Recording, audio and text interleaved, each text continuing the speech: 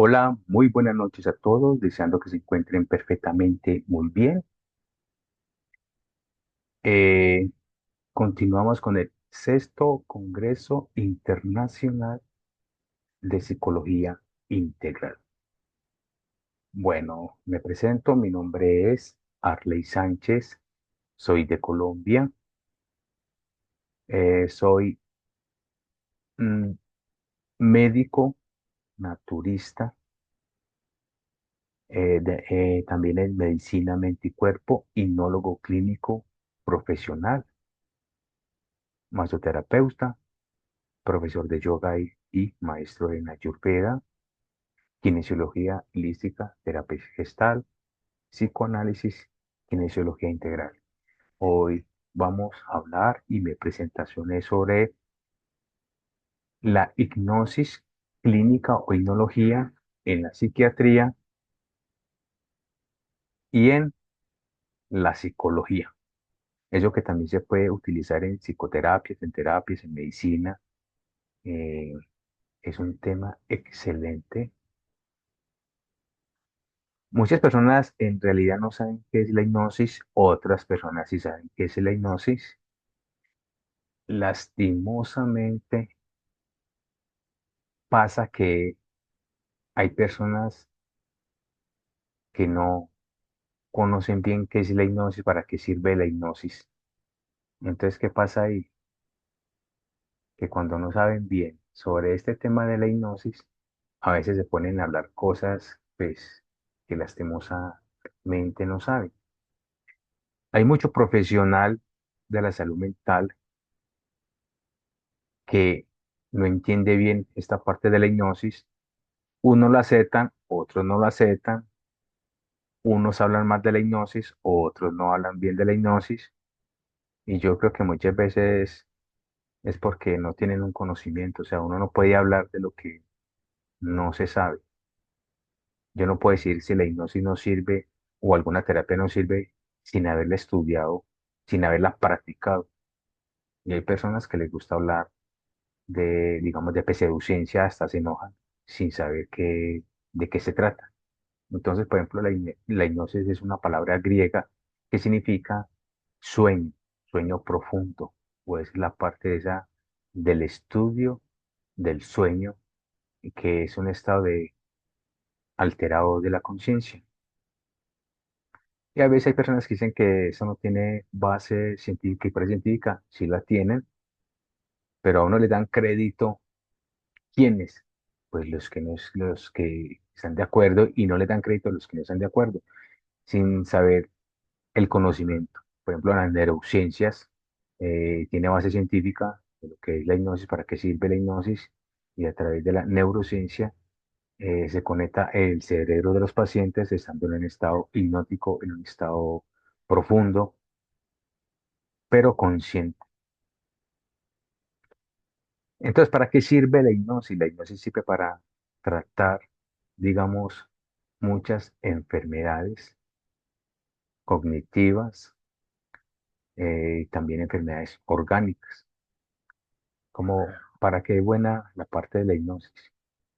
Es una terapia, bueno, o digámosle también que es un método que ayuda tanto al paciente como al hipnólogo profesional, pero a veces también la hipnosis ha tenido un mal apogeo porque las personas que ven en las películas, que se basan en eso, viendo que las películas no son reales, se basan en eso, o por los que hacen hipnosis de teatro, hipnosis callejero, que es más en la parte de actuación con esas personas.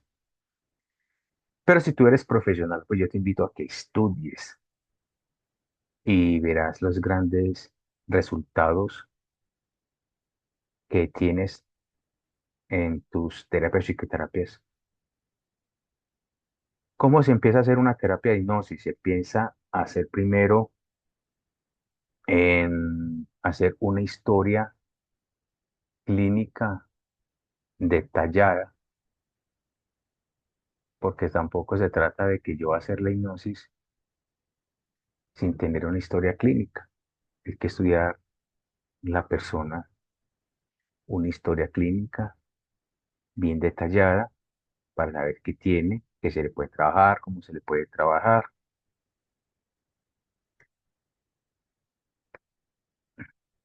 Entonces, vamos a mirar esta parte de acá.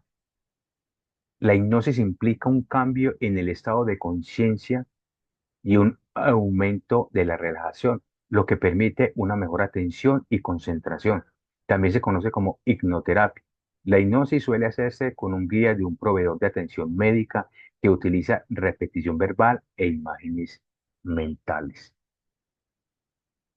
En esta parte de la hipnosis, uno coge al paciente y le habla suave y lentamente porque la voz es muy importante y el paciente llega a estar un poco relajado, tan relajado que muchas veces puede quedarse un poco dormido, pero es dormido consciente. O sea, los que saben de dónde nace la hipnosis, que es con Sigmund Freud, se dan cuenta que a partir de la hipnosis nació lo que es el psicoanálisis, allá en Viena, en la escuela de Viena, y empezaron a hacer esta parte de hipnosis, pero ya también la hipnosis venía, digamos, un poco atrás con otros grandes maestros y también que eran médicos, psiquiatras y doctores. Entonces la hipnosis no nació de cualquier persona por ahí, sino personas que estudian lo que era el cerebro, la parte cognitiva, emocional y todas estas cosas. La realidad es que la hipnosis simplemente es una técnica que usan algunos psicólogos, médicos y psiquiatras para ayudar a nuestros pacientes. No es nociva, no tiene efectos secundarios, lleva usándose desde los albores mismos, desde la psicología, y autores tan famosos y variados como Freud, Palbo, James y hasta esta persona que ganó un premio Nobel, Ramón y Cajal, la han estado utilizando, hablando y han escrito de ella. Y también hay ya otros famosos médicos, psiquiatras, terapeutas, que también nació como la parte de la hipnosis ericksoniana a través de Eckerson, que él es un gran psicoterapeuta y ha hecho muchas técnicas de sanaciones a través de la hipnosis. El paciente que está en hipnosis es más receptivo y flexible a modificar su conducta, sus pensamientos y sus creencias, siendo por lo tanto más fácil el cambio terapéutico. Se reduce también a un tiempo de empleado de conseguir los objetivos de la terapia, pero se debe recordar que no se va a implantar los pensamientos, creencias del psicólogo. Eso es imposible, sino que la hipnosis actúa de facilitador para obtener los resultados que el paciente quiere. O sea, eso no se trata de coger a un paciente y hacerle como que cambiar mm, cosas que él no desea. O sea, lo que la hipnosis hace es estar y entrar a ese estado alterado de la conciencia, a ese estado donde la persona está entre dormida y despierta, pero se da cuenta todo lo que dice el hipnólogo y todo lo que hace él. Eso no se trata de decir, bueno, deme el número de la clave de su cuenta o voy a hacer esto con usted y cuando haga así usted despierta. De eso tampoco se trata. Para eso hay que saber diferentes técnicas para que la persona entre en un estado de hipnosis profunda, como lo es una relajación muy profunda o parte, digamos, de la meditación. Por eso les digo que a través de la historia clínica se sabe cómo es el paciente, si puede entrar en un estado ya hipnótico o de trance profundo, si se demora mucho tiempo o no, pero para eso existen diferentes pasos para que esta persona llegue a un estado de trance o de relajación. ¿Cómo funciona la neurohipnosis base científica en las neurociencias? La neurociencia aplicada es un campo unificado en el conocimiento científico que estudia la estructura, la función, el desarrollo de la bioquímica, la farmacología y la patología del sistema nervioso. y de cómo sus diferentes elementos interactúan, dando lugar a las bases biológicas de la conducta. Entonces mire que la neurociencia está haciendo todo este conocimiento del cerebro a través del sistema nervioso y se muestra lo que es la parte de las neuroimágenes. Entonces ahí se muestra cómo es un cerebro, si está dormido, si está profundo o tiene un estado de relajación. Hay personas que muchas veces no son, digamos, hipnotizables, se dice, pero sí pueden ser hipnotizables, sino que muchas veces hay que explicarle al paciente de qué se trata la hipnosis, porque también hay pacientes que van con un poco de miedo y de temor, porque se lo han infundido personas que no tienen algún conocimiento. La hipnosis clínica es un estado biológico del cerebro en la cual la facultad crítica de la mente humana es punteada y se establece comunicación directa con el inconsciente, permitiendo al paciente restablecer sistemas de creencias y tienen ámbitos de aplicación en la salud psicológica y en la medicina.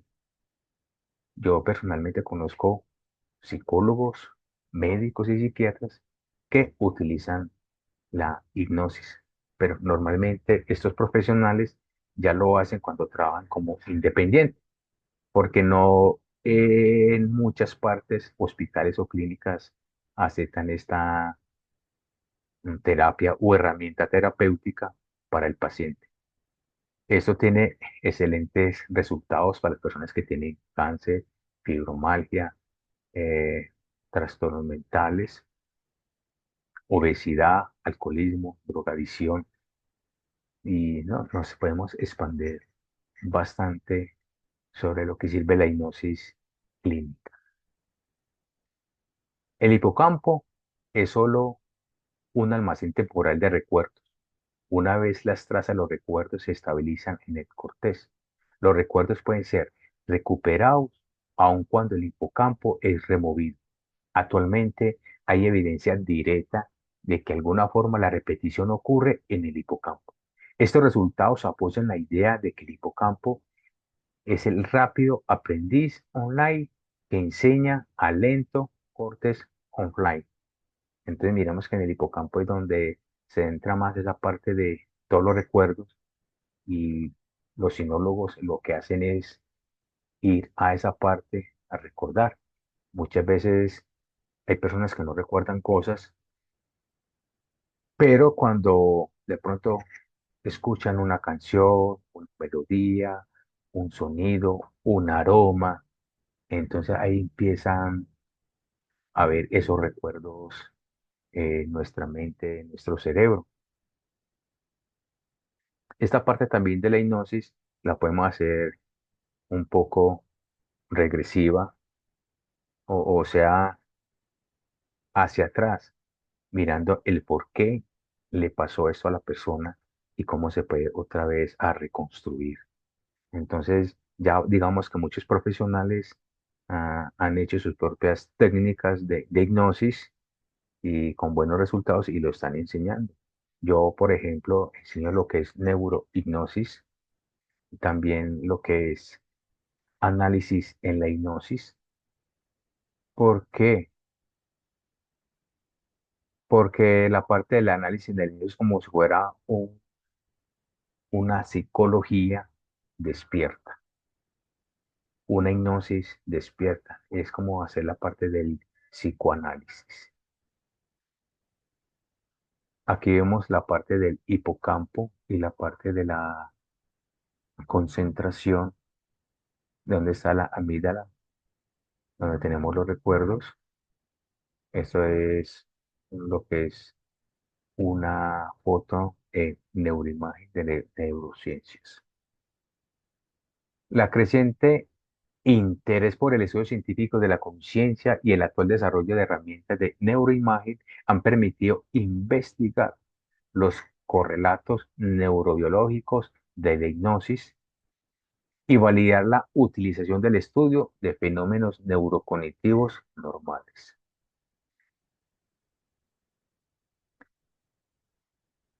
La parte Experimentalmente se ha comenzado a testear teorías que postulan que la hipnosis correspondan a un estado de conciencia neurofisiológicamente distinto a teorías del estado, y teorías que postulan que la hipnosis solo representan diferentes cambios neurofisiológicos. La evidencia experimental creciente apoya la idea de que un estado de conciencia hipnótico involucraría principalmente regiones como la corteza cingulada anterior y la corteza frontal dorsal lateral, así como un patrón de conectividad cortical funcional disminuido. Asimismo, se concluyen que la sugestión hipnótica ha permitido comenzar a comprender diversos procesos neuropsicológicos normales y patológicos.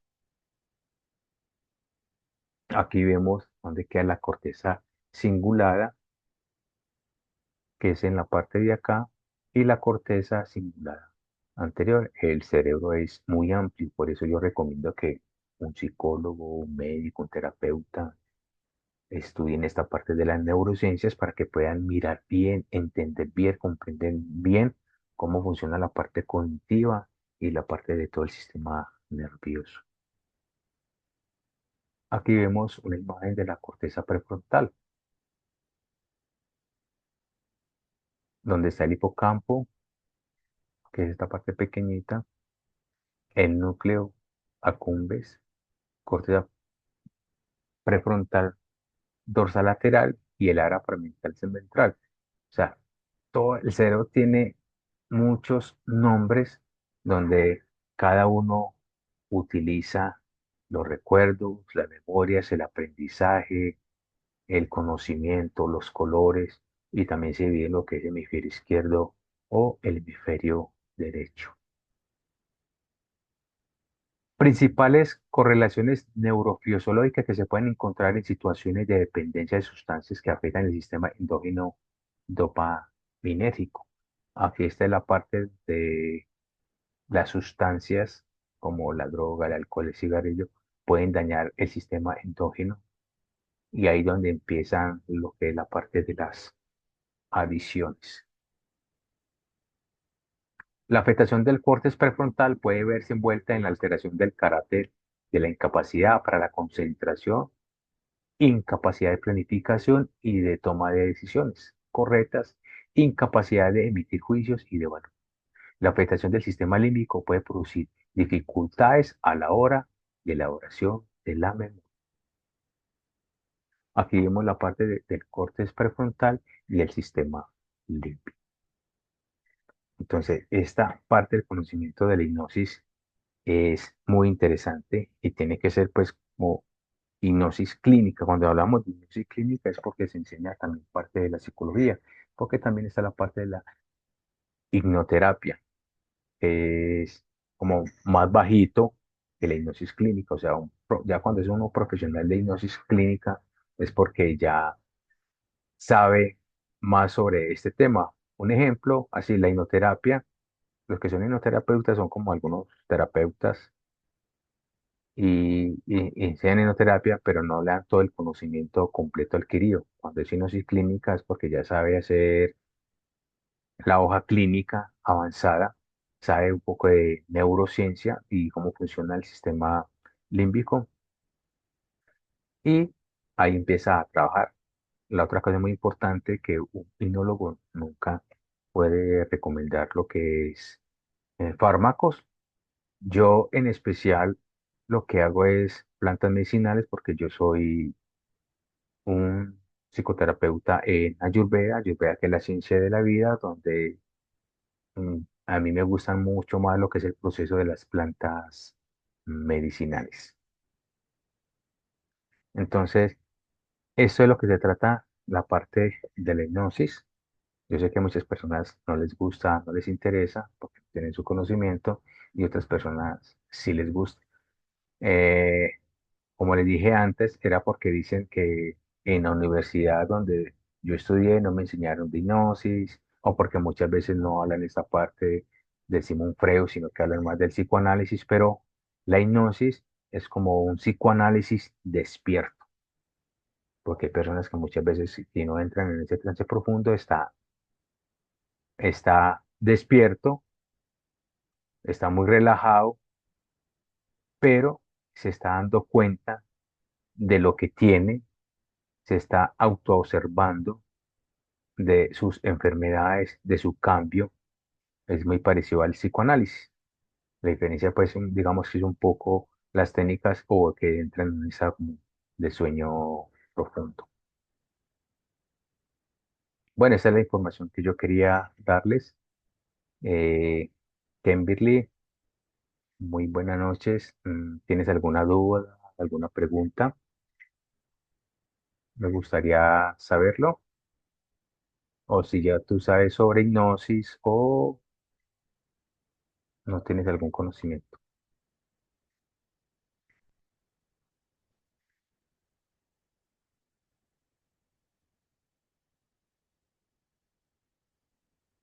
Bueno, la afectación a nivel de los niveles basales es la respuesta de endógenos. Puede crear una dificultad en el aprendizaje, dado que ante un error del cuerpo responde de manera muy similar a una sorpresa elevada a los niveles de dopamina. Esta parte, por lo tanto, es el proceso del aprendizaje. La afectación a nivel del núcleo accumbens puede producir alteraciones en sentimientos de afecto y relación con otras personas, así como la creación de anhelos de empatía. La afectación de nivel de las vísceras cerebrales ponen una alteración en la creación del miedo, por lo que esto puede desencadenar un comportamiento más impulsivo que añadiéndose al descrito de las alteraciones prefrontales suponen un buen caldo de cultivo para la toma de decisiones erróneas sin sobrepesar posibles riesgos futuros. Aquí está la amígdala, esa es la que se daña cuando las personas empiezan a consumir las sustancias aditivas, como ya les dije, marihuana, coca, alcohol, cigarrillos y otras adicciones diferentes que pueden afectar y dañar el cerebro, que muchas veces es lo que hay muchos cambios en nuestro cuerpo, en nuestro organismo fisiológico, orgánico y cognitivo. Bueno, no siendo más, veo que mm, todo posiblemente esté bien explicado. Muchas gracias por su tiempo y por su atención. Los esperamos en la próxima ponencia.